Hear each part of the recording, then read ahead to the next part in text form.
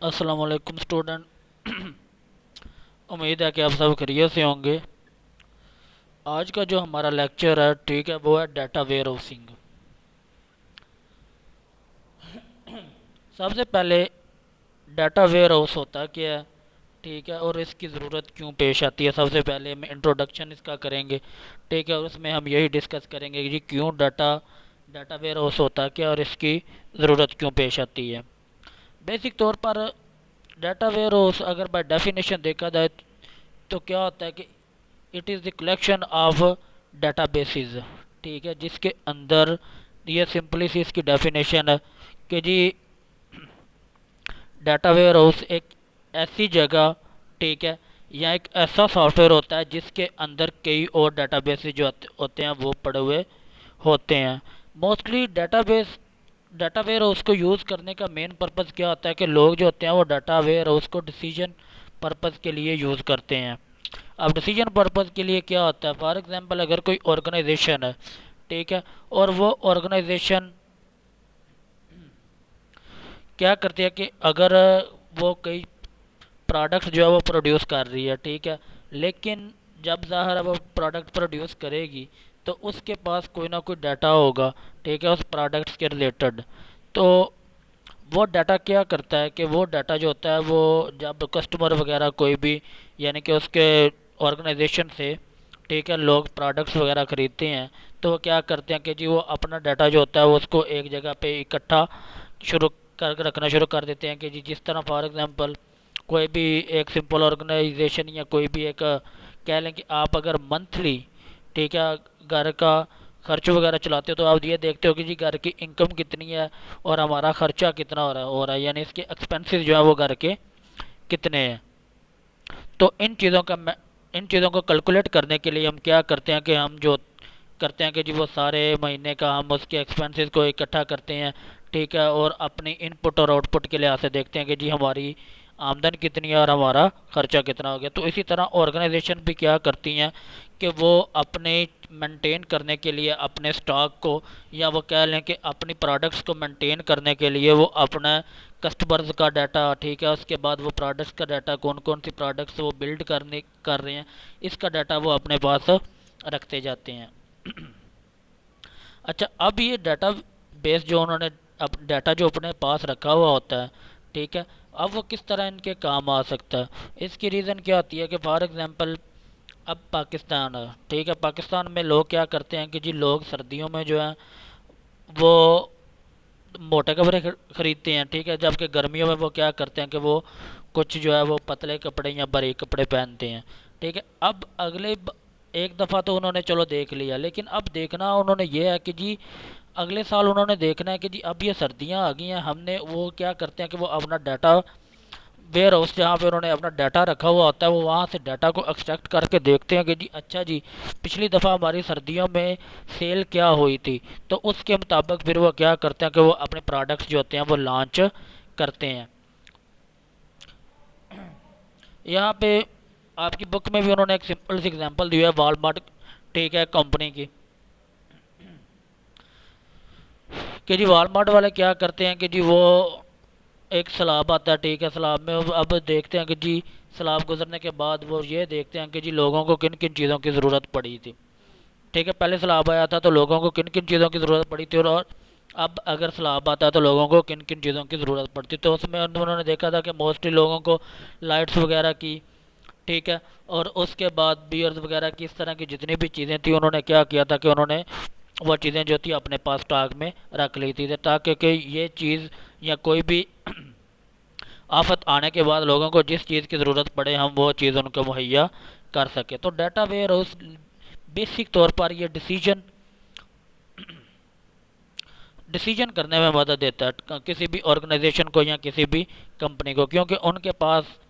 Customers का data या उसके पास डेट्स के लिहाज से, ठीक है, ईयर्स के लिहाज से डाटा पड़ा हुआ होता है, ठीक है, वो अपने डाटा को क्या करते हैं कि डाटा को फैच करते हैं, ठीक है, और उसके ऊपर एनालिटिकल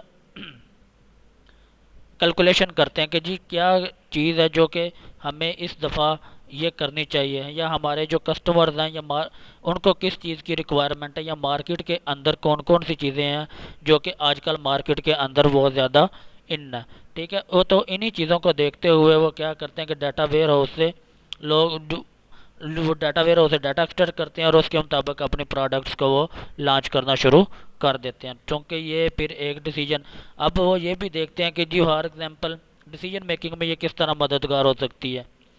वो देखते हैं कि जी अच्छा जी इस दिनों में हमारी ये प्रोडक्ट बहुत ज़्यादा बिकी थी, ठीक है, लेकिन वो देखते हैं कि इन दिनों में हमारी जो एक दूसरी प्रोडक्ट थी वो उसकी सेल जो थी वो बिल्कुल नहीं हुई थी। तो वो क्या करेंगे, क्योंकि उनके पास डाटा वेयर उसके अंदर सारा डाटा पड़ा हुआ होगा, वो उससे फैच करेंगे उसको और उसको एनालाइज करेंगे। तो वो देखेंगे जी हमें इस दफ़ा ये प्रोडक्ट जो है ये बनानी चाहिए, ताकि यानी कि ये प्रोडक्ट हमें ज़्यादा से ज़्यादा बनानी चाहिए ताकि हमारी ऑर्गेनाइजेशन जो है वो बहुत ज़्यादा इसमें से मुनाफा जो है वो ले सके। तो इस तरह ये जो होता है डाटा वेयर हाउस जो होता है ये एक डिसीजन मेकिंग में एक बहुत बड़ा किरदार अदा करता है किसी भी ऑर्गेनाइजेशन के अंदर। तो इसीलिए डाटा वेयर हाउस को जो ऑर्गेनाइजेशंस होती हैं वो मैनेज अपने तौर के ऊपर करती हैं। अच्छा, अब लोगों के पास यहाँ पे एक क्वेश्चन रेज होता है कि लोगों के पास या ऑर्गेनाइजेशन के पास डाटा तो बहुत ज़्यादा मकदार में हो जाता है लेकिन उनके पास इंफॉर्मेशन नहीं होती। मसलन अब एक कंपनी है, ठीक है, उसने डाटा इकट्ठा किया हुआ है, ठीक है, तो अब डाटा तो उसके पास मौजूद है लेकिन अब उसको ये नहीं पता कि हमने कौन सी जो चीज़ है मार्केट के अंदर वो लॉन्च करनी है। तो डाटा तो उसके अंदर मौजूद है लेकिन एज ए इंफॉर्मेशन उनके पास कुछ नहीं है कि हमने मार्केट के अंदर कौन सी चीज़ लॉन्च करनी है, या मौसम के लिहाज से हमने मार्केट्स के अंदर कौन कौन सी जो अपने प्रोडक्ट्स हैं वो लॉन्च करनी है, या ये कह लें कि कौन कौन से ऐसे इलाके हैं जहाँ पर हमने कौन कौन सी प्रोडक्ट लॉन्च करनी है। ठीक है, तो ये चीज़ें, लेकिन अब इस चीज़ सब चीज़ों का उनके पास डाटा मौजूद होता है क्योंकि उन्होंने पहले से अपनी चीज़ें जो होती हैं वो सेल वगैरह की होती हैं और अपना रिकॉर्ड मेंटेन रखा हुआ होता है। लेकिन जब उनके पास डाटाबेस के अंदर या डाटा वेयर हाउस के अंदर, ठीक है, ये सारा डाटा पड़ा हुआ था लेकिन जब उसके ऊपर कोई भी वो एनालिटिकल कैलकुलेशन नहीं ना करते, यानी कि कोई भी वो अपने डाटा को रीड नहीं करते, ठीक है, उसके अंदर से कुछ भी इंफॉर्मेशन वगैरह एक्सट्रैक्ट नहीं करते कि जी हमने ये प्रोडक्ट इन दिनों में बेची थी या ये इस जगह पर हमने ये प्रोडक्ट बेची थी। तो जब उनको ये नहीं पता तो उनके पास वो इन्फॉर्मेशन जो है वो कलेक्ट होके उनके पास नहीं आती जो कि उनको एक मालूमात दे सके कि जी हमने क्या करना है, कि हमने इस जगह पर ये प्रोडक्ट लॉन्च करनी है या इस मौसम में हमने ये प्रोडक्ट लॉन्च करनी है। तो ये इसकी मेन रीज़न क्या होती है, इसकी मेन रीज़न सबसे पहले जो यहाँ पर लिखी हुई है कि information gap due to fragmented ways of supporting database, यानी कि जो उन्होंने अपने डाटाबेस क्रिएट की होती है वो इस तरह टुकड़ों की सूरत में क्रिएट की होती है कि उसको मर्ज करना और उसके अंदर से इंफॉर्मेशन कलेक्ट करना बहुत ज़्यादा मुश्किल प्रोसेस होता है। तो इस वजह से वो कोई भी चीज़ जो कि डाटा उनके पास पड़ा हुआ होता है लेकिन उनके पास उसके रिलेटेड कोई इन्फॉर्मेशन नहीं होती कि जी हमने अब क्या, हमारी ऑर्गेनाइजेशन ने अब कौन सी हमने प्रोडक्ट्स वगैरह लॉन्च करने हैं या हमारी ऑर्गेनाइजेशन ने कौन कौन सी जो सर्विसेज हैं वो मुहैया करनी है जो कि ऑर्गेनाइजेशन के लिए यूज़फुल साबित हो सके। ठीक है, तो वो क्या करते हैं कि डाटा को इस चंक्स की सूरत में इस तरह वो क्रिएट करते हैं कि उनको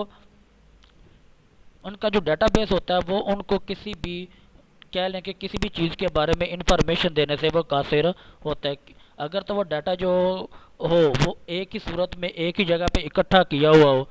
तो ठीक है, उसके ऊपर वो क्या करेंगे कि मुख्तलिफ टूल्स वगैरह के ज़रिए ऑपरेशन परफॉर्म करेंगे, ठीक है, और वो डाटा जो होगा वो डाटा एक्सट्रैक्ट करके ले लेगा। लेकिन अगर उनके पास डाटा ही एक जगह पे इकट्ठा नहीं है, ठीक है, वो फिर मुख्तलिफ टुकड़ों की सूरत में कहीं कहीं पे पड़ा डाटा पड़ा हुआ है, कोई डाटा कहीं पे पड़ा हुआ है, कोई डाटा कहीं पे पड़ा हुआ है, तो इस सूरत में क्या होगा कि वो अपने डाटा के अंदर से कोई भी इंफॉर्मेशन को कलेक्ट नहीं कर सकेंगे। उसके बाद जो उसकी दूसरी मेन रीज़न ये होती है कि gap due to operational processing. Operational processing क्या होती है, अब ऑर्गेनाइजेशन क्या करती हैं कि जो अपना डाटा अब ऑपरेशनल के अंदर और डाटा के अंदर यानी डाटा बेसिस के अंदर बहुत ज़्यादा डिफरेंस होता है। प्रो यानी ऑपरेशनल सिस्टम्स के अंदर और डाटा बेस सिस्टम्स के अंदर बहुत ज़्यादा डिफरेंस होता है। ऑपरेशनल सिस्टम्स ऐसे सिस्टम होते हैं जो कि कोई ना कोई ऑपरेशन वगैरह परफॉर्म कर रहे होते हैं, लेकिन वो अपने अंदर इतना ज़्यादा डाटा बेस सेव नहीं करते। तो लोग क्या करते हैं कि जी वो ज़्यादा तवज्जो अपने ऑपरेशनल सिस्टम्स के ऊपर देते हैं। ठीक है, ऑपरेशनल सिस्टम क्या करते हैं कि वो अपना ऑपरेशनल सिस्टम काम तो करते हैं, लेकिन वो जो डाटा होता है, ठीक है, उस डाटा को अपने अंदर इस तरह से सेव नहीं करता कि जो कि आने वाले वक्त में उनके लिए कोई भी इंफॉर्मेशन मुहैया कर सके या उनके लिए फ़ायदेमंद साबित हो सके। तो इसकी वजह से लोग जो होते हैं वो बहुत ज़्यादा ऑपरेशनल सिस्टम्स के ऊपर बहुत ज़्यादा तवज्जो देते हैं, जबकि वो अपने डाटाबेस सिस्टम्स के ऊपर बहुत इतनी ज़्यादा तवज्जो नहीं देते। तो ऑपरेशनल सिस्टम्स ऐसे सिस्टम्स होते हैं जो कि फ्रंट एंड के ऊपर कोई भी ऑपरेशन वगैरह परफॉर्म कर रहे होते हैं, यानी कोई भी ऑर्गेनाइजेशन के अंदर जितने भी वर्किंग कह लें कि सिस्टम्स होते हैं वो सारे के सारे ऑपरेशनल सिस्टम्स होते हैं जो कि कोई ना कोई काम कर रहे होते हैं। जबकि डाटाबेस का आपको पता है कि डाटाबेस के अंदर कोई काम नहीं, सिर्फ डाटाबेस के अंदर डाटा सेव हुआ होता है। तो लोग जो होते हैं वो ऑपरेशनल प्रोसेस सिस्टम्स के ऊपर बहुत ज़्यादा टाइम स्पेंड करते हैं, जिसकी वजह से उनके पास कोई भी इंफॉर्मेशन वगैरह जो होती है वो उनको मुहैया नहीं हो सकती। तो इसके लिए फिर क्या करना पड़ता है कि उनको अपने डाटाबेस के ऊपर जो है वो बहुत ज़्यादा टाइम देना पड़ता है, जिसकी वजह से वो चीज़ें जो होती हैं उनके लिए इतनी ज़्यादा वो यूज़फुल साबित नहीं होती। उसके बाद web based customer much interesting and real time. अब ये आजकल के जितनी भी डाटाबेस, पहले क्या होता था कि पहले लोग जो होते थे वो ऑर्गेनाइजेशन से डायरेक्ट ऑर्गेनाइजेशन से या किसी भी अपने जो सप्लायर वगैरह थे उससे ख़रीदते थे। ठीक है, तो इसकी वजह से डाटा इतना ज़्यादा वो इकट्ठा नहीं था होता। आजकल जो होता है, आजकल ऑनलाइन मार्केटिंग का दौर है। ठीक है, लोग जो होते हैं वो इंटरनेट के ऊपर ही चीज़ें वगैरह ख़रीदते हैं। ठीक है, और इसकी वजह से जो ऑनलाइन वेबसाइट्स होती हैं, ठीक है, जो कि ऑनलाइन स्टोर्स वगैरह बने हुए होते हैं, उनके जो डाटाबेस होते हैं वो उनके रिलेटेड सारे का सारा जितना भी डाटा होता है वो फैच करके रख लेते हैं। फॉर एग्जांपल जी, ये किस अलग कौन सी जगह से ये ऑर्डर आया है। ठीक है, जब कोई भी बंदा अपना एड्रेस वगैरह शो करता है डिलीवरी के लिए, तो आधार एड्रेस उनके पास ऑटोमेटिकली चला जाता है। ठीक है, कौन से इलाके से आया है, किस डेट में आया है, कौन से मंथ में आया है। ठीक है, और कौन सी चीज़ है जो हम कौन सी चीज़ है जिसके कस्टमर ने इसके लिए अपील की है। ठीक है, उसके बाद ऑनलाइन पेमेंट्स, कौन सी पेमेंट्स, कितनी पेमेंट्स के लिहाज से कस्टमर वगैरह चीज़ खरीद रहे हैं। ठीक है, तो इस लिहाज से कस्टमर के रिलेटेड जितना भी डाटा होता है, और उसके बाद कस्टमर का जो आईपी एड्रेस वगैरह होता है वो सारे का सारा ऑर्गेनाइजेशन के पास सेव हो जाता है। तो इस वजह से ये जो रियल टाइम चीज़ें हैं जो कि वेब के आने की वजह से बहुत ज़्यादा चीज़ें जो है ये और भी इंटरेस्टिंग हो गई हैं। उसके बाद यहाँ पर एक टर्म है ETL। ETL बेसिकली एब्रीविएशन होता है एक्सट्रैक्ट, ठीक है, ट्रांसफॉर्म और लोडिंग का। ठीक है, अब ये हम इसको आगे फर्दर डिस्कस करेंगे। फ़िलहाल आपके इसका एब्रीविएशन ही याद रखना है कि एक्सट्रैक्ट, उसके बाद ट्रांसफॉर्म और उसके बाद लोडेड। तो ये बेसिकली एक स्टेप होता है। ठीक है, जब कोई डाटा किसी भी एक्सटर्नल सोर्स से डाटाबेस के अंदर सेव किया जाता है, ठीक है, तो ये प्रोसेस होता है, यानी कि एक्सट्रैक्ट डाटा जो होता है वो एक्सटर्नल सोर्स एक्सट्रैक्ट करके लेता है। ठीक है, ट्रांसफॉर्म, अब सब ज़ाहिर है सब जो भी डाटाबेस इकट्ठा किया जाता है वो किसी भी उसकी कोई मखसूस, अब सब डाटाबेस जो होता है उसकी टाइप जो होती है वो अलग-अलग होती है। तो ट्रांसफॉर्म का काम क्या होता है कि ये डाटाबेस को एक ही डाटा टाइप के अंदर कन्वर्ट करके, तो लोडेड का मतलब होता है कि ये क्या करता है कि ये प्रोसेस के अंदर जो डाटा जो होता है वो किसी भी डाटाबेस के अंदर या डाटाबेस हाउस के अंदर लोड हो रहा होता है। उसके बाद इसके कुछ बेसिक कंसेप्ट हैं। ठीक है, अब बेसिक कंसेप्ट में सबसे पहले अगर डाटाबेस की डाटा वेयर हाउस की डेफिनेशन देखी जाए तो डाटा वेयर हाउस की डेफिनेशन क्या होती है कि data ware house is a subject oriented, integrated, time variant and non updatable collection of data used to support management, decision making process and business intelligence. यानी कि डिसीजन मेकिंग प्रोसेस के अंदर ये चीज़ें जो होती हैं ये इम्प्रूव, यानी कि डाटा वेयर हाउस जो होता है ये डिसीजन मेकिंग के अंदर बहुत ज़्यादा हेल्पफुल साबित होता है, या बिजनेस इंटेलिजेंस के अंदर, यानी कि बंदा कोई भी जो होता है वो वक़्त के लिहाज से उसको पता चल जाता है कि जी मैंने कौन सी जो प्रोडक्ट है या कौन सा बिज़नेस है या कौन सी इस तरह की चीज़ है कि जो मेरी ऑर्गेनाइजेशन जो है वो इंट्रोड्यूस करवाए तो ये बहुत ज़्यादा फ़ायदेमंद हो सकती है। सबसे पहले अगर सब्जेक्ट ओरिएंटेड देखा जाए तो सब्जेक्ट ओरिएंटेड क्या होता है कि ये जो होता है ये मखसूस, ठीक है, जो इसकी डाटा टाइप्स होती हैं, ये कह लें कि मखसूस इसके जो एंटिटी टाइप्स होती है उसके लिए होते हैं, जिस तरह के फॉर एग्जांपल कस्टमर, ठीक है, ऑर्डर वगैरह, प्रोडक्ट्स वगैरह, ठीक है। सब्जेक्ट ओरिएंटेड यानी कि ये मखसूस किसी ना किसी चीज़ के लिए या किसी ना किसी एंटिटी के लिए होता है, ठीक है। उसके बाद जो इंटीग्रेटेड है, ठीक है, इंटीग्रेटेड में क्या होता है कि ये डाटा टाइप्स की ज़ाहिर है कुछ ना कुछ उसकी कह लें कि फॉर्मेट्स वगैरह, स्ट्रक्चर वगैरह और इस तरह की जो करेक्टरिस्टिक्स वगैरह है, ठीक है, उन सारी की सारी चीज़ों को इंटरनल सिस्टम के अंदर रिकॉर्ड करना इसका काम होता है, ठीक है, कि डाटाबेस जो है,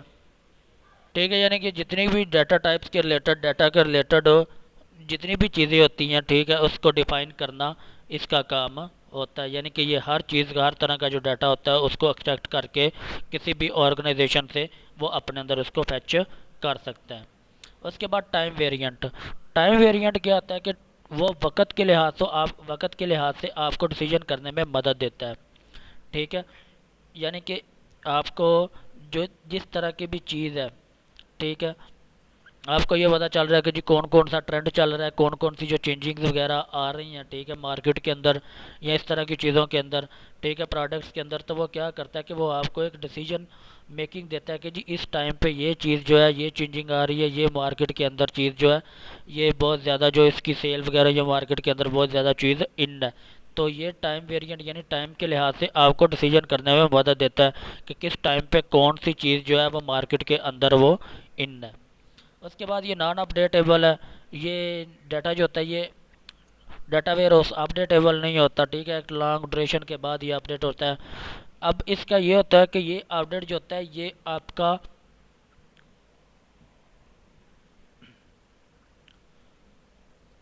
जो प्रोसेस जो सिस्टम्स होते हैं, ठीक है, ऑपरेशनल सिस्टम्स, ठीक है, उनके ज़रिए अपडेट होता है। ये कोई भी जो बाहर का बंदा या कोई भी यूज़र है वो उसको अपडेट नहीं कर सकता। यानी ऑपरेशनल किस तरह कर सकते हैं, ज़ाहिर है जब कोई भी ऑपरेशनल सिस्टम जो होते हैं वो ज़ाहिर है डाटाबेस के साथ या डाटा वेयर हाउस के साथ कनेक्ट हुए होते हैं।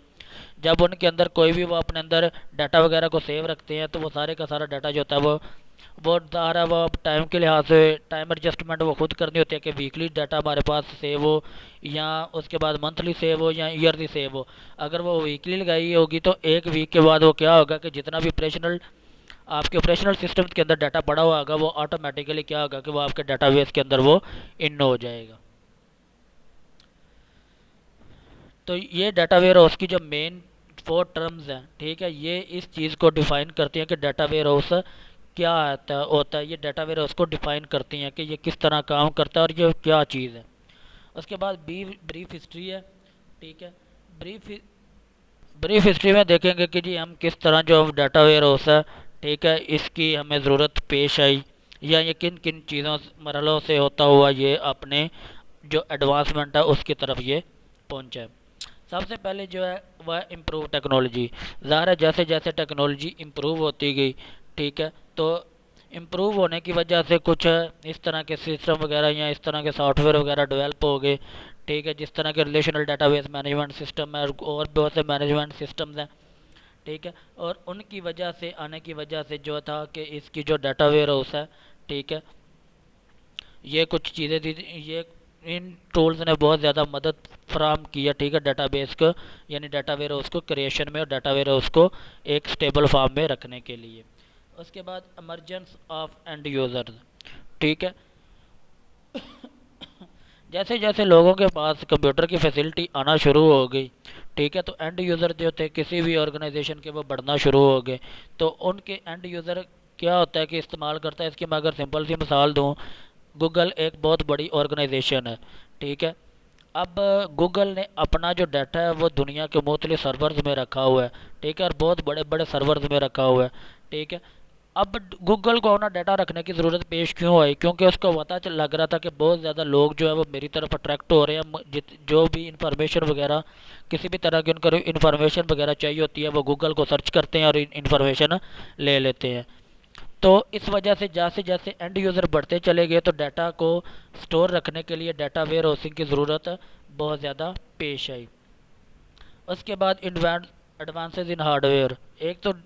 पहले ये होता था कि डाटा वेयर हाउस हमने क्रिएट कर लिया, लेकिन इसके जो प्रोसेस वगैरह है, ठीक है, ये बहुत लेट है, कह लें कि ये बहुत टाइम कंज्यूमिंग प्रोसेस होता है इसमें से डाटा को फैच करना या डाटा को एक्सट्रैक्ट करना। लेकिन जैसे पैरेलल सिस्टम्स मुतारफ़ हुए हैं ना, ठीक है, उसकी वजह से जो डाटा वेयर हाउस है वो भी बहुत ज़्यादा एडवांसमेंट की तरफ गया। पैरेलल सिस्टम यानी ऐसे सिस्टम जो होते हैं जो कि एक ही वक्त में कई कई काम परफॉर्म कर रहे होते हैं। जिस तरह फॉर एग्जांपल अगर सिंपल सी एग्जांपल दूं, पहले आपके कंप्यूटर वगैरह या सिस्टम वगैरह डुअल कोर, ठीक है, पेंटियम पे चलते थे, लेकिन उसके बाद कोर i3 आ गया, कोर i5, कोर i7। तो ये कोर i7 बेसिकली प्रोसेसिंग के लिए होता है, ये इसलिए कहा जाता है क्योंकि उसके अंदर ये इतने प्रोसेसिंग जो होते हैं वो बैक वक्त समझ लेके काम कर रहे होते हैं, ठीक है। यानी कि अगर कोर i5 की बात करें तो इसका मतलब है कि वो उसके अंदर प्रोसेसर जो होता है वो 5 काम एक ही वक्त में परफॉर्म कर रहा होता है। तो इस वजह से, लेकिन जो पेंटियम थे वो उसमें से ये होता था मोस्टली कि एक वक्त में मोस्टली एक ही काम, या कोई पुराने सिस्टम थे होते थे तो उनमें एक वक्त में एक ही काम परफॉर्म हो रहा था। तो पैरेलल आरे की वजह से, यानी कि पैरेलल वर्किंग की वजह से सिस्टम्स के अंदर एक बहुत ज़्यादा एडवांसमेंट जो है वो डाटा वेयर हाउसिंग के लिए, डाटा वेयर हाउसिंग में बहुत ज़्यादा उसका यूज़ हुआ है। उसके बाद मिडल वेयर प्रोडक्ट से जितने भी मिडल वेयर, यानी कि मिडल वेयर हम पिछले लेक्चर में पढ़ चुके हैं कि मिडल वेयर क्या होता है कि किसी भी जो दो चीज़ों के दरमियान एक कनेक्टिविटी का काम करता है उसको मिडल वेयर का नाम दिया जाता है, ठीक है। यानी कि वो किसी भी ऑर्गेनाइजेशन को हेट्रोजीनियस प्लेटफॉर्म के साथ उसको कनेक्टिविटी में उसकी मदद फराहम करता है। जो भी कोई भी हेट्रोजीनियस चाहे वो किसी भी फॉर्म में हो, उसके अंदर वो बहुत ज़्यादा हेल्पफुल साबित होता है।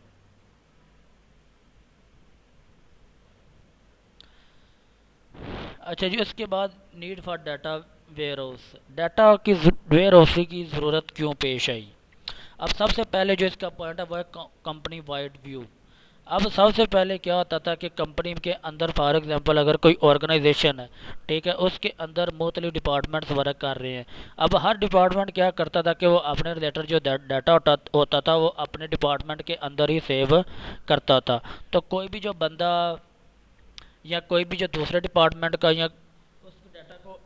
एक्सेस करने की कोशिश करता था, या वो कह लें कि उस डाटा को वो एक्सेस नहीं कर सकता था जब तक कि वो किसी उस डिपार्टमेंट के अंदर जाके वो डाटा हासिल ना कर सके। तो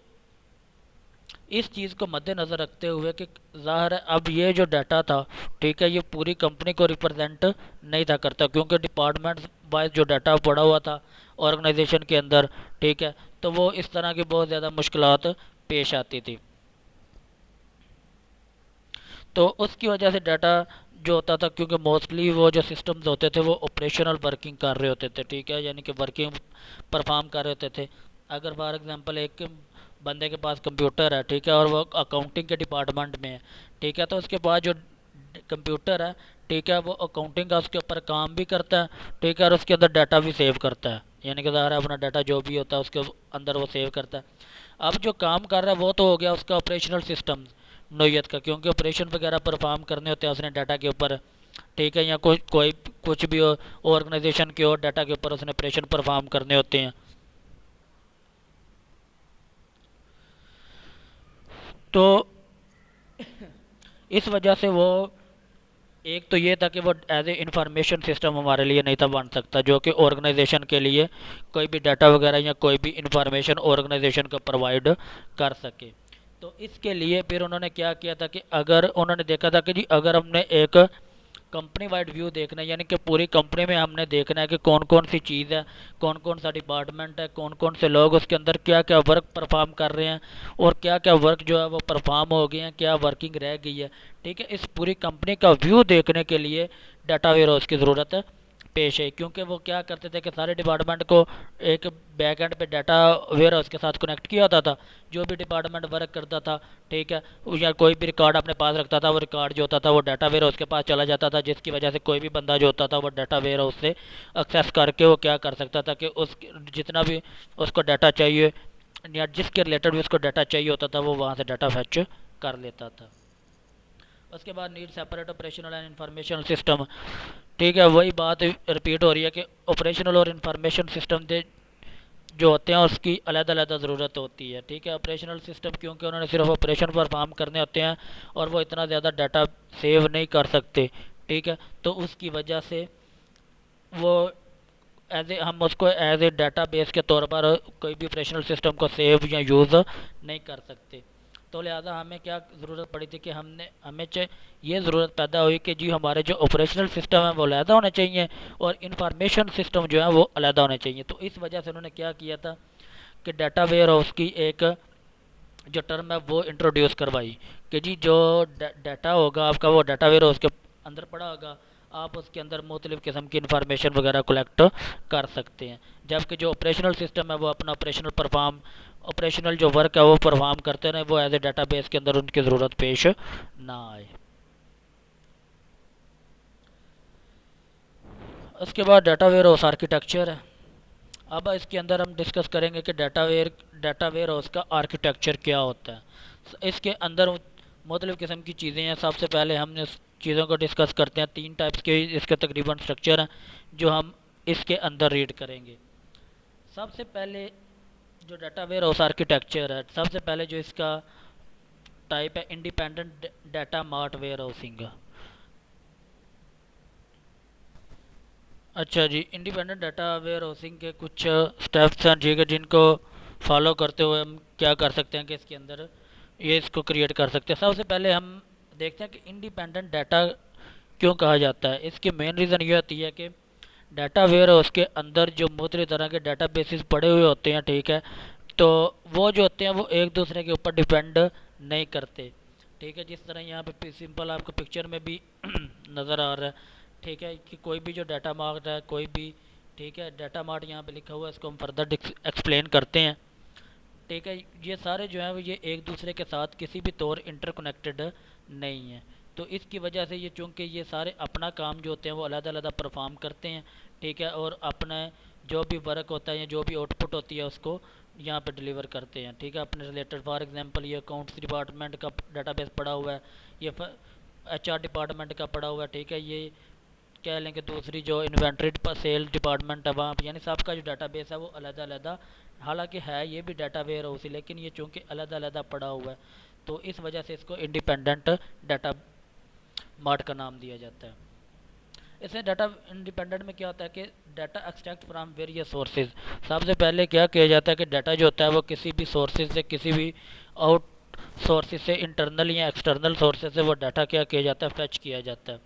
ठीक है, यहाँ पे वो सोर्सेज वगैरह इस तरह उन्होंने एक्सप्लेन किए हुए हैं पिक्चर में। ठीक है, एक्सटर्नल डाटा किया जाता है इंटरनल डाटा कॉर्पोरेशनल सिस्टम्स के अंदर। ठीक है, या फाइल सिस्टम्स के अंदर जो डाटा होता है वो सबसे पहले उसको फैच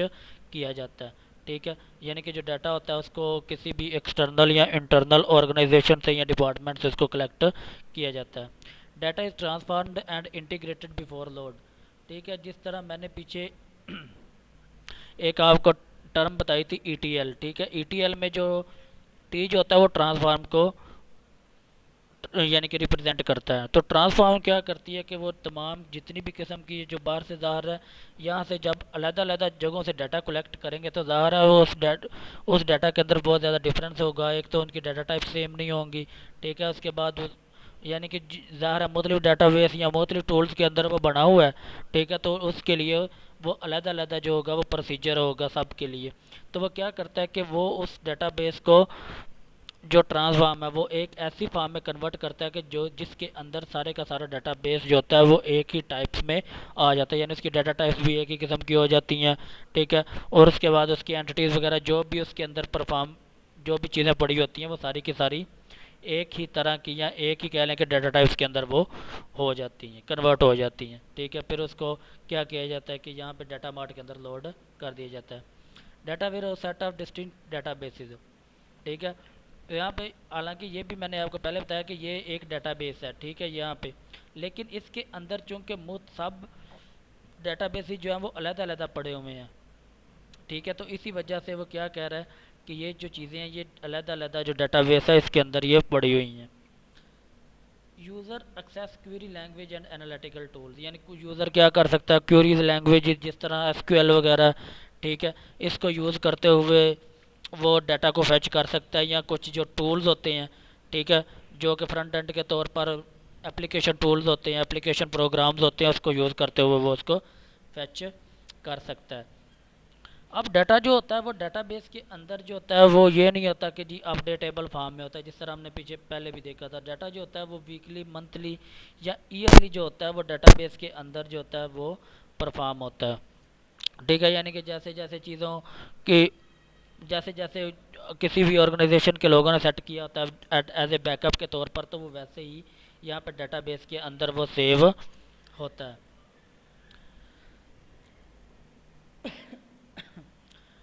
तो अब इसके अंदर की क्या होता है कि ऑर्गेनाइजेशन के अंदर जितने भी चीज़ें होती हैं, ठीक है, यानी जितने भी सब सब्जेक्ट्स होते हैं, या जितने भी वो कह लें कि सब्जेक्ट ओरिएंटेड डाटाबेस को कहा जाता है, जितनी भी ऑर्गेनाइजेशन के अंदर डिपार्टमेंट्स वगैरह होते हैं, ठीक है, वो क्या करते हैं कि वो अपना डाटाबेस जो होता है वो यहाँ पे अलग-अलग जो होता है अपने डाटा मार्ट को वो सेंड करते जाते हैं। तो यूज़र जो होता है वो कोई भी उसको डाटा मार्ट को सिर्फ सिंगल को सिलेक्ट करता है और उसके अंदर अपनी इंफॉर्मेशन के मुताबिक वो डाटा को सिलेक्ट कर लेता है। अच्छा, अब डाटा मार्ट देख क्या होता है। अगर बाय डेफिनेशन देखा जाए तो data mart is a data ware house that is limited in scope, customise for the decision making application of a particular end user group, ठीक है। यानी कि होता है डाटा मार्ट जो होता है ये भी एक किस्म का डाटा वेयर हाउस होता है, ठीक है, यानी इसके अंदर भी जो डाटा सेव हुआ होता है, लेकिन ये चूँकि एक अलग से एक छोटा सा कंपोनेंट होता है, तो लिहाजा ये क्या होता है कि ये लिमिटेड होता है, ये स्कोप के अंदर लिमिटेड होता है, ठीक है। तो ये जो होता है ये इतनी ज़्यादा चीज़ों के या इतना ज़्यादा डाटा को ये अपने अंदर फैच नहीं कर सकता। तो इसीलिए कि चूँकि ये इंडिपेंडेंट डाटा वेयर हाउस है, तो इसके अंदर जितने भी डाटा मार्ट्स होते हैं, ठीक है, या डाटा बेसिस, डाटा मार्ट्स को आप सिंपली अगर लैंग्वेजेस में डाटा बेसिस भी कह सकते हो, कि वो जो होते हैं वो एक इंडिपेंडेंटली पड़े हुए होते हैं, ठीक है, यानी कोई भी किसी दूसरे के साथ कनेक्शन नहीं कर सकता। अब इसकी अगर सिंपल सी बात देखें, अब अगर कोई बंदा, ठीक है, वो अपने डाटा मार्ट के साथ कनेक्ट है, तो वो यहाँ से तो वो सिंपली वो क्या करेगा कि वो यहाँ से डाटा जो होगा उसको एक्सेस कर सकता है। लेकिन अगर फॉर एग्जांपल वो अपने डाटा मार्ट के साथ इसको किसी और से डाटा वगैरह चाहिए, तो फिर क्या करना पड़ेगा, तो फिर वो उसके लिए बहुत ज़्यादा प्रॉब्लम हो जाएगी। तो इसी वजह से इंडिपेंडेंट जो जो डाटा मार्ट वेयर हाउसिंग है, ठीक है, इसको इतना ज़्यादा पर नहीं सपोर्ट किया जाता, क्योंकि ये एक जो होता है ये पूरा एक कंपनी वाइड या ऑर्गेनाइजेशन वाइड व्यू नहीं देता, ठीक है, जिसकी वजह से ये सिंगल सिंगल डिपार्टमेंट्स के अंदर ये व्यू वगैरह जो होता है ये इसको हमें प्रोवाइड करता है। उसके बाद इसका थोड़ा सा डिसएडवांटेज भी होता है, कि इसका डिसएडवांटेज ये होता है कि डाटा जो होता है वो एक तो इनकन्सिस्टेंट पड़ा हुआ आता है, ठीक है, तो यानी कि इतना ज़्यादा कंसिस्टेंट जो डाटा होता है इसके अंदर वो मौजूद नहीं होता, जिसकी वजह से कोई भी जो पर्सन वगैरह होता है जब इसको फैच करने की कोशिश करता है, जो डाटा के अंदर जो होता है वो इनकन्सिस्टेंसी आ जाती है। यानी कोई भी जो बंदा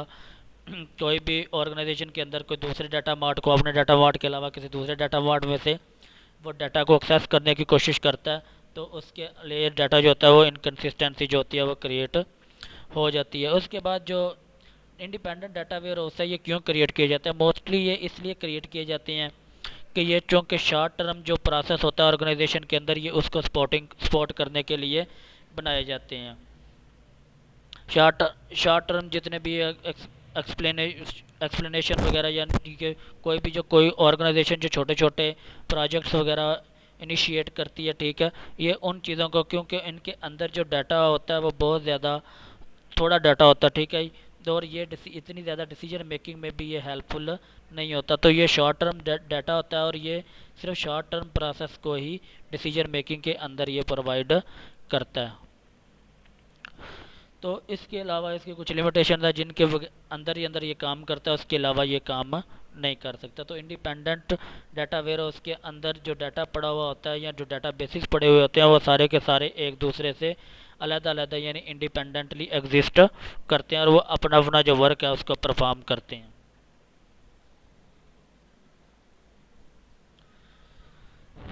उसके बाद आ जाते हैं जी हमारे पास operational data mart and dependent data mart and operational data mart. अच्छा, अब यहाँ पे कुछ जो हमने ऑपरेशन डिपेंडेंट डाटा मार्ट की क्या ज़रूरत है, ठीक है, या जो डिपेंडेंट डाटा मार्ट है, ठीक है, वो किस तरह जो है वो दूसरे यानी इंडिपेंडेंट डाटा मार्ट से उसका कंपैरिजन करें तो उसके अंदर क्या क्या जो है एडवांसमेंट है या अपॉर्चुनिटीज़ हैं। सबसे पहले अगर सब कुछ एरर देखे जाएँ, ETL for every mart is costly. ज़ाहिर है जब आपने डाटा को एक्सट्रैक्ट करके ट्रांसफॉर्म करके और हर डाटा मार्ट के लिए अलग-अलग से लोड करना है, तो उसके लिए तो एक बहुत ज़्यादा पे की बहुत ज़्यादा ज़ाहिर है आपका ख़र्चा वगैरह या बहुत ज़्यादा जो जो ट्रांसफार्म उसकी करेंगे उसका एक बहुत ज़्यादा कॉस्ट आपको उसकी पड़ेगी। तो एक तो उसका ये एडवांटेज है कि जी बहुत हर एक के लिए डाटा रखने के लिए हर एक मार्ट के अंदर डाटा को रखने के लिए हमें क्या करना पड़ेगा कि अलग-अलग से ज़्यादा सारे प्रोसेसिंग करनी पड़ेगी, तो इसलिए ये बहुत ज़्यादा कॉस्टली होता है। डाटा मार्ट्स में not consistent not capability break down. अब डाटाबेस जो होते हैं इसको हम फर्दर जो होते हैं इसको बॉटम डाउन प्रोसेस के अंदर इसको नहीं लेके जा सकते, यानी इसको हम बहुत से डीपली स्टडी नहीं कर सकते, क्योंकि ये सिंगल सिंगल डाटा मार्ट के ऊपर मुश्तमिल होता है और इसके अंदर इतनी ज़्यादा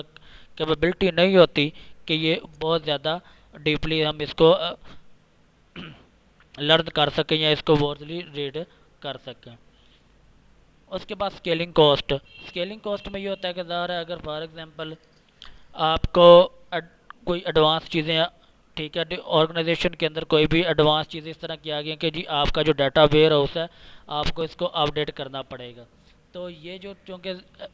सिंगल इंडिपेंडेंट जो डाटा वेयर हाउस होता है, ठीक है, ये सिंगल या इंडिपेंडेंटली एग्जिस्ट करता है, ठीक है। तो अगर बहुत ज़्यादा इसके ऊपर आपने बहुत ज़्यादा इससे वर्किंग परफॉर्म करवानी है तो फिर लिहाजा आपको इसके क्या करना पड़ेगा कि इसको हायर करवाना पड़ेगा, ठीक है, इसके अंदर कुछ एडवांसमेंट लेके आनी पड़ेंगी। To make data mart consistently और कॉस्टली, ठीक है, यानी कि अगर डाटा वाट मोस्टली क्या होता है कि अगर आपने सब डाटा वाट्स को एक जगह पे इकट्ठा करना है, उनके अंदर एक कंसिस्टेंसी लेके आनी है, तो ये भी बहुत ज़्यादा कॉस्टली जो चीज़ होती है, ठीक है। यानी कि यही कुछ 4-5 इसके जो डिसएडवांटेज हैं, ठीक है, इंडिपेंडेंट डाटा मार्ट के साथ वर्क करने के। तो इस वजह से क्या हुआ था कि ये चीज़ें जो थी ये बहुत ज़्यादा इसकी ज़रूरत पेश आई थी वन डाटा तो इसकी वजह से फिर हमने क्या किया गया कि हमें डिपेंडेंट डाटा मार्ट की ज़रूरत पेश आई। अब डिपेंडेंट डाटा मार्ट को सबसे पहले अगर हम डिस्कस करें तो यहाँ पे जो सबसे पहले मेन 2 पॉइंट्स हैं, ठीक है, जो मुख्तलिफ कह लें कि जो डाटा वेयर हाउस के जो एक्सपर्ट थे, ठीक है, उन्होंने जो 2 पॉइंट्स अरेज किए थे। पहला पॉइंट था one debate that every mart has not evolve in bottom down fashion, यानी कि कोई भी जो कि मार्ट है, ठीक है, यानी कि कोई भी जो डाटाबेस मार्ट अलग-अलग एग्जिस्ट कर रहा है वो इतना ज़्यादा बॉटम अप फैशन के तौर पर वो इवॉल्व नहीं हो सकता। यानी कि आप क्या करो, आप सबको मिलाकर एक ही डाटाबेस की रिलेशनल डाटाबेस उसके अंदर क्रिएट नहीं कर सकते, ठीक है। और एक ये होता था कि उसके अंदर आप उसको एक बॉटम अप फैशन में नहीं ले सकते जो कि किसी भी पूरी की पूरी ऑर्गेनाइजेशन के अंदर एक डिसीजन मेकिंग में उसको सपोर्ट कर सके। और दूसरी ये थी कि डाटा शुड बी नॉर्मलाइज्ड, क्योंकि जो इंडिपेंडेंट डाटा एग्जिस्ट करता है उसके अंदर डाटा जो होता है वो इतना नॉर्मलाइज फॉर्म में नहीं होता, बल्कि वो डी नॉर्मलाइज फॉर्म में पड़ा हुआ होता है। तो जो डाटा बेस है उन्होंने कहा था कि डाटा बेस जो है वो नॉर्मलाइज फॉर्म में होना चाहिए। उसकी रीज़न क्या होती है कि इंडिपेंडेंट में डाटा नॉर्मलाइज फॉर्म में क्यों नहीं पड़ा होता और यहाँ पे क्यों पड़ा हुआ होता है। इसकी मेन रीज़न यही होती है क्योंकि वहाँ पे जो डाटा अलग-अलग सब लोगों का जो डाटाबेस है वहाँ पे डाटा वेयर है उसके अंदर अलग-अलग पड़ा हुआ होता है। तो जब सब ने किसी एक ही चीज़ के रिलेटेड डाटा करना है, ठीक है, तो वो क्या करेंगे कि वो सारे एक ही चीज़ के रिलेटेड डाटा जो होगा वो अपने अलग-अलग मार्ट में उसको लोड करेंगे, तो जिसकी वजह से डाटा के अंदर कंसिस्टेंसी आ जाती है और डाटा जो होता है वो डी नॉर्मलाइज फॉर्म में हो जाता है, यानी डाटा की डुप्लीकेशन बहुत ज़्यादा उसके अंदर हो जाती है। जिस तरह फॉर एग्जांपल अगर एक कस्टमर है, ठीक है, वो किसी भी ऑर्गेनाइजेशन के अंदर जाता है और वो फॉर एग्जांपल वो 5 डिपार्टमेंट्स के से इंटरेक्ट करता है। अब के पाँच के पाँचों डिपार्टमेंट क्या करेंगे, वो अपने डाटाबेस के अंदर उस एक पर्सन का 5 डिपार्टमेंट उसका डाटा जो होगा वो सेव करेंगे। तो इस तरह डाटा के अंदर डुप्लीकेशन आ जाती है। लेकिन जो डिपेंडेंट डाटाबेस होता है इसके अंदर इतनी डुप्लीकेशन नहीं आती। आगे हम इसका स्ट्रक्चर देखते हैं और साथ में ये देखते हैं कि क्यों जो होता है इसके अंदर इतनी ज़्यादा डुप्लीकेशन नहीं आती। अच्छा स्टूडेंट, अगर हम dependent data mart by definition देखें तो central integrated that is control and single in decision support. इसकी मेन रीज़न क्या होती है कि इसके अंदर भी यहाँ पे आपको पिक्चर्स के अंदर नज़र आ रहा है जिस तरह के यहाँ पे ये हमारा डाटा वेयर हाउस है। इसके अंदर क्या होता है कि डाटा मार्ट चाहे अलग-अलग पड़े हुए हों, ठीक है, लेकिन यहाँ पे जो भी इंफॉर्मेशन वगैरह होगी वो यहाँ पे इंटरप्राइज डाटा वेयर हाउस के पास ही आएगी, ठीक है। यहाँ पे ये क्या होगा कि ये एज ए रेपोजिटरी के तौर पर यहाँ पड़ा होगा जो कि डाटा का रिकॉर्ड अपने पास सेव रखता है, एज ए स्नैपशॉट स्क्रीन की प्रिंटिंग की सूरत में ये अपने पास इसको सेव रखता है। जब से कोई भी डाटा आएगा तो यहाँ पे क्या होगा कि ये चूँकि एज ए सिंगल डाटा के तौर पर ही बिहेव करेगा, चाहे इसके अंदर कई भी और जो मार्ट्स, ठीक है, डाटा मार्ट्स हैं वो अलग ही एग्जिस्ट करते हो, लेकिन जब कोई भी डाटा आएगा तो वो सबसे पहले किसके पास आएगा, इस इंटरप्राइज डाटाबेस वेयर हाउस के पास। फिर आगे क्या करेगा कि ये उसके रिलेटेड जितने भी मार्ट्स वगैरह डाटा मार्ट्स बने हुए होंगे, ठीक है, वो डाटा जो जो भी आएगा उसको उनके अंदर वो सेव अलग से कर देगा। लेकिन जब कोई भी पर्सन वगैरह इसको फैच करने की कोशिश करेगा, ठीक है, वो क्या कर सकता है कि वो डाटा मार्ट की सूरत में भी डाटा एक्सेस कर सकता है, लेकिन अगर उसका वो अपने डाटा वार्ड से डायरेक्टली कनेक्टेड है। लेकिन अगर फॉर एग्जांपल उसने किसी और डाटा वार्ड से डाटा को एक्सेस करना है तो वो क्या करेगा कि उस पहले इंटरप्राइज डाटा वेयर हाउस के पास जाएगा, फिर उसके ज़रिए वो किसी और डाटा मार्ट के ज़रिए उसको फैच कर सकता है। लेकिन अगर फॉर एग्जांपल ये है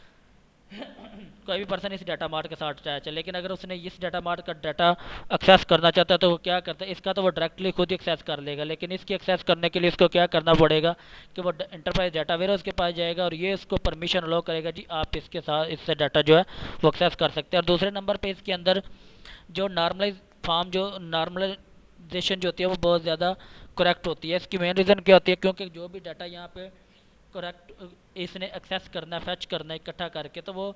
इसको अगर ये पता होगा कि इस कस्टमर का तो डाटा पहले से पड़ा हुआ है तो वो क्या करेगा कि वो उसको ये बता देगा कि जी ये डाटा ऑलरेडी एग्जिस्ट करता है, तो इस तरह डाटा के अंदर डी नॉर्मलाइजेशन नहीं होगी। तो इस तरह इसके अंदर मुख्तलिफ ऑपरेशन वगैरह परफॉर्म किए जाते हैं, ठीक है। और इसको मेन तौर पर स्पोक एंड हब कहा जाता है। इसकी मेन रीज़न क्या होती है कि ये जो जितने भी डाटा वार्ड्स होते हैं, ठीक है, ये सारे के सारे मेन तौर पर इसी इंटरप्राइज डाटा वेयर हाउस के साथ अटैच हुए होते हैं, ठीक है। तो जितनी भी इंफॉर्मेशन वगैरह जो कि किसी इसने एक्सेस करनी है या इसने आउटसोर्स करनी है या बाहर देनी है किसी को भी, तो ये डाटा वेयर हाउस के साथ ही इसको एक्सेस करके बाहर सेंड कर सकते हैं। या किसी ने भी अगर इससे जो कह सके जो इसके अंदर कोई भी इंफॉर्मेशन वगैरह इससे कलेक्ट करनी है तो वो भी इंटरप्राइज के ज़रिए ही वो उसको फैच कर सकता है, ठीक है। तो ये होता है डिपेंडेंट, यानी कि सारे का सारा जितना भी डाटा मार्ट है, ठीक है, वो सारे का सारा इंटरप्राइज डाटा वेयर हाउस के ऊपर एग्जिस्ट करता है, ठीक है। तो इस वजह से इसको डिपेंडेंट डाटा मार्ट का नाम दिया जाता है। उसके बाद हमारे पास ऑपरेशनल डाटा स्टोर है। ऑपरेशनल डाटा स्टोर जिस तरह हमने पहले भी बात की थी ऑपरेशनल सिस्टम की, यानी कि जो भी फंक्शन वगैरह कोई सिस्टम परफॉर्म कर रहा होता है और उसके रिलेटेड जितना भी डाटा पड़ा हुआ होता है उसको ऑपरेशनल डाटा कहा जाता है। Is an integrated subject oriented updatable and current value. ज़ाहिर है अब डाटाबेस के अंदर हमने डाटा वेयर हाउस के अंदर हमने देखा था कि कोई भी वैल्यू जो होती है वो करंट वैल्यू नहीं होती, बल्कि वो पुरानी वैल्यूज़ जो होती हैं वो सेव, या पुराना डाटा जो होता है वो सेव हुआ होता है। लेकिन जो ऑपरेशनल डाटा स्टोर होता है इसके अंदर न्यू वैल्यू भी हो सकती है। इसकी मेन रीज़न क्या होता है कि जैसे जैसे इसने ऑपरेशन परफॉर्म करते जाना है उसने अपनी जो आउटपुट है वो अपने पास सेव रखते जाना है, क्योंकि ऑपरेशनल डाटाबेस मोस्टली ये भी क्या होता है कि ये भी शॉर्ट टर्म दी को प्रोजेक्ट्स के लिए ही इसको यूज़ किया जाता है। इसकी मेन रीज़न ये होती है कि अगर फॉर एग्जांपल इसका data time by time very करता जाता है, वो क्योंकि जैसे जैसे ऑपरेशन परफॉर्म होते जाएंगे इसका जो डाटा होगा वो पुराने डाटा को ओवरराइट करके उसकी जगह लेता जाएगा। अगर फॉर एग्जांपल आपने कोई भी डाटाबेस ऑपरेशनल डाटाबेस है, 15 दिन पहले अगर आप उसको एक्सेस करोगे तो वहाँ पे डाटा और होगा, लेकिन जब 15 दिन बाद करोगे तो उसका डाटा और पड़ा होगा, क्योंकि इसकी रीज़न यही होती है कि जैसे जैसे इसके ऊपर ऑपरेशन परफॉर्म होते चले जाते हैं इसका डाटा जो होता है वो ऑटोमेटिकली चेंज होता चला जाता है। उसके बाद हमारे पास जो अगला टॉपिक है logical and real time data ware house, logical data में ये होता है कि इसके अंदर जो डाटा मार्ट होते हैं ये फिजिकली एग्जिस्ट नहीं करते। ये सिंपल क्या होता है कि ये एक ही सर्वर के ऊपर आप कह सकते हैं डाटा वेयर हाउस के अंदर एक ही डाटा वेयर हाउस के ऊपर ये इम्प्लीमेंट हुआ होता है और इसको आगे लॉजिकली मुख्तलिफ पार्ट्स में इसको कन्वर्ट किया जाता है। जिस तरह यहाँ पे अगर देखा जाए तो logical data mart is not physically separate database, यानी कि ये जिस तरह पिछले हमने पढ़ा था कि इंडिपेंडेंट और डिपेंडेंट डाटा मार्ट्स में इसके अंदर दो लॉजिकल डाटाबेस के अंदर या लॉजिकल वेयर हाउस के अंदर कोई भी इस तरह के ये नहीं होता कि ये अलग अलग डाटा मार्ट्स के तौर पर या फिजिकली इसके अंदर अलग अलग डाटाबेस पड़े हुए हैं, बल्कि ये क्या होता है कि ये सिंबल अगर मैं इसको आप पिक्चराइज फॉर्म में दिखाऊं तो इस तरह ये एक सिंपल ही डाटा वेयर हाउस के तौर पर ये पड़ा हुआ होता है। ठीक है, तो इसको क्या किया जाता है कि इसको फिर लॉजिकली अलग अलग डाटा मार्ट्स के अंदर इसको तकसीम किया जाता है ताकि आसानी के लिए हम इसके अंदर जो मुख्तलिफ हमारे फॉर एग्जांपल डिपार्टमेंट का डाटा है वो मुख्तलिफ जगह पे ऊपर इसको सेव कर सकें। ये नहीं होता कि इसके अंदर अलग अलग डाटा मार्ट पड़े हुए और हर डाटा मार्ट के अलग अलग डाटा सेव हुआ, बल्कि इसको हम क्या करते हैं कि इसके इस तरह की लॉजिक क्रिएट करते हैं कि इसके अंदर जो डाटा पड़ा हुआ है ठीक है वो सेपरेटली नज़र आए हमें। Data move into data ware house in staging area, इसके अंदर कोई भी स्टेजिंग एरिया नहीं होता, यानी जिसको जो कि ट्रांसफार्मिंग का एरिया जो होता है जो कि डाटाबेस को ट्रांसफार्म करता है इसके अंदर वो जो है वो एग्जिस्ट ही नहीं करता। ठीक है, तो ये डायरेक्टली क्या करता है कि डाटा जो होता है वो डाटा वो सीधा क्या होता है कि वो डाटा वेयर हाउस से किसी भी सोर्स से वो सीधा डाटा वेयर हाउस के अंदर मूव करता है। New data marts can be created more quickly, तो ज़ाहिर है लॉजिकली हमने इसको ऊपर क्रिएट करना है तो हम इसके अंदर जितने मर्जी इसके एग्जिस्ट कर सकते हैं, क्योंकि पहले जो इंडिपेंडेंट या डिपेंडेंट थे उसके अंदर तो वो फिजिकली एग्जिस्ट करते थे। ठीक है, तो उसको लेने के लिए पहले वो डाटा मार्ट या कह लें कि डाटा वेयर डाटा बेस उसकी अलग से क्रिएट करना पड़ती थी या कोई सर्वर एक अलग अलग किस्म का सर्वर लाकर उसके ऊपर डाटा को इंस्टॉल करना पड़ता था। लेकिन इसके अंदर चूँकि डाटाबेस सर्वर एक ही सर्वर है, सिंपल सी अगर मैं सिंपल लैंग्वेज में अगर बात करूं तो एक ही सर्वर है और एक ही सर्वर के ऊपर हमने क्या किया हुआ कि मुख्तलिफ डिपार्टमेंट का डाटा जो है वो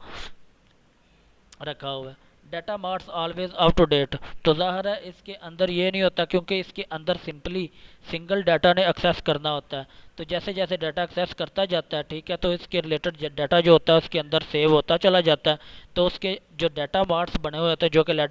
लॉजिकली हमने जिनको सेपरेट किया हुआ होता है ठीक है वो डाटा जो होता है उनके अंदर डाटा जो होता है वो अपडेट होता चला जाता है, क्योंकि जैसे ही किसी भी आउटसोर्स से डाटा इसके अंदर आएगा तो वो क्या करेगा कि वो डाटा को उसके रिलेटेड डाटा मार्ट्स जो कि हमने लॉजिकली इसको डिवाइड किया हुआ है ठीक है उसके अंदर जो डाटा मार्ट होगा उसके अंदर सेव कर देगा, तो उसका जो डाटा होगा वो टाइम बाय टाइम वो अपडेट होता चला जाएगा।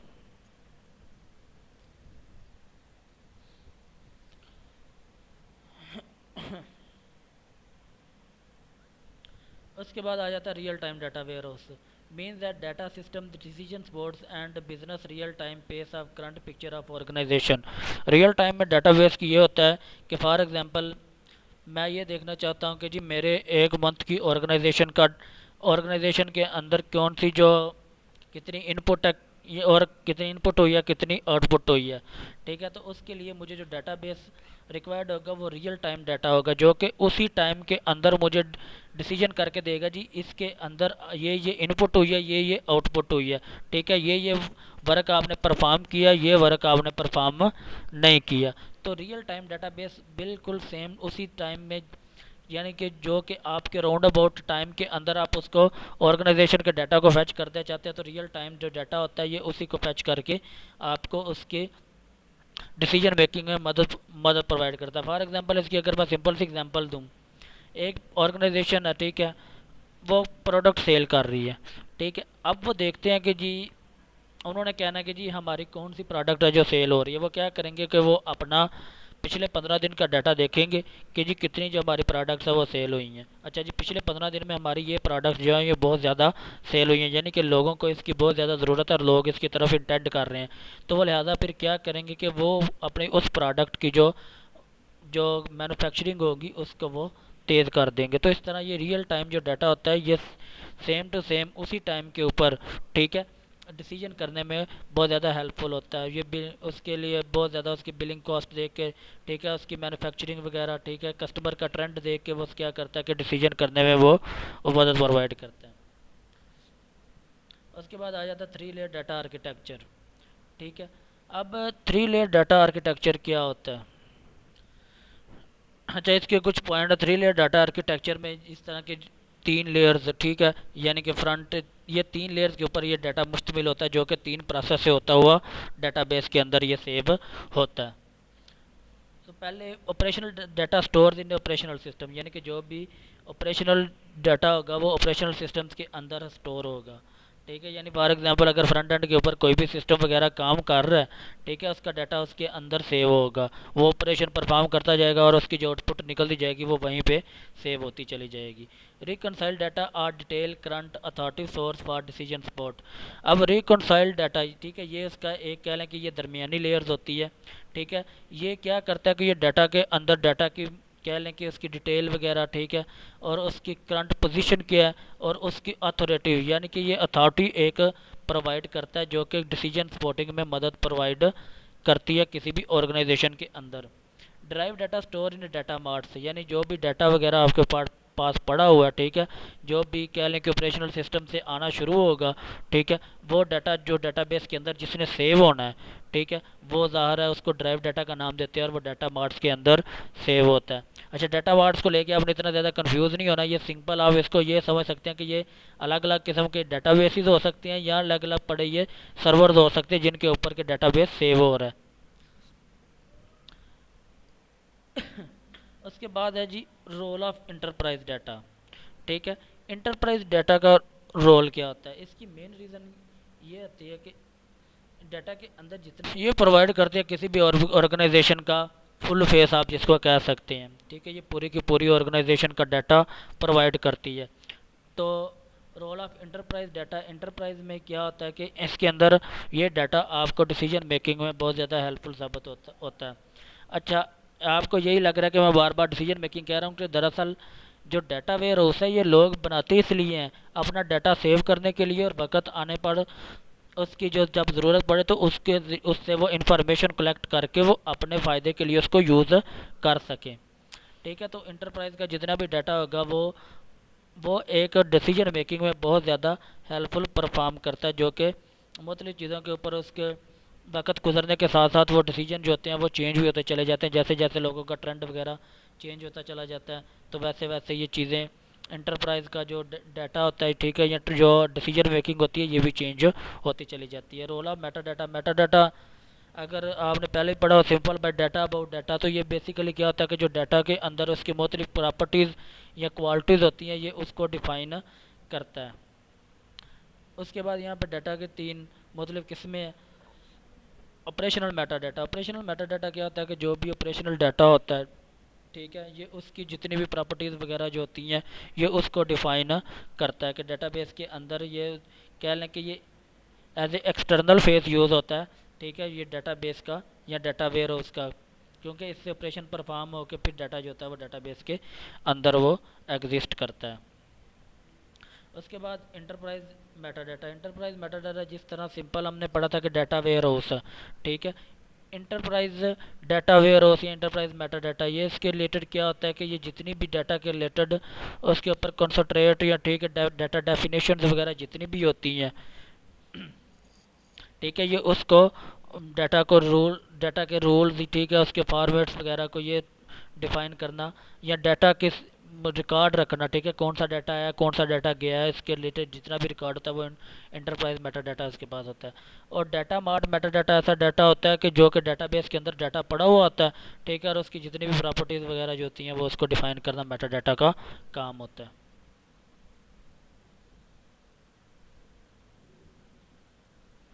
ओके स्टूडेंट्स, उम्मीद है कि आपको समझ आ गई होगी। ये दरअसल टॉपिक थोड़ा सा लेंथी है तो इस वजह से ये हमारा आज का जो लेक्चर है ये बहुत ज़्यादा लेंथी हो गया है। ओके स्टूडेंट्स, इसको खुदा हाफिज़।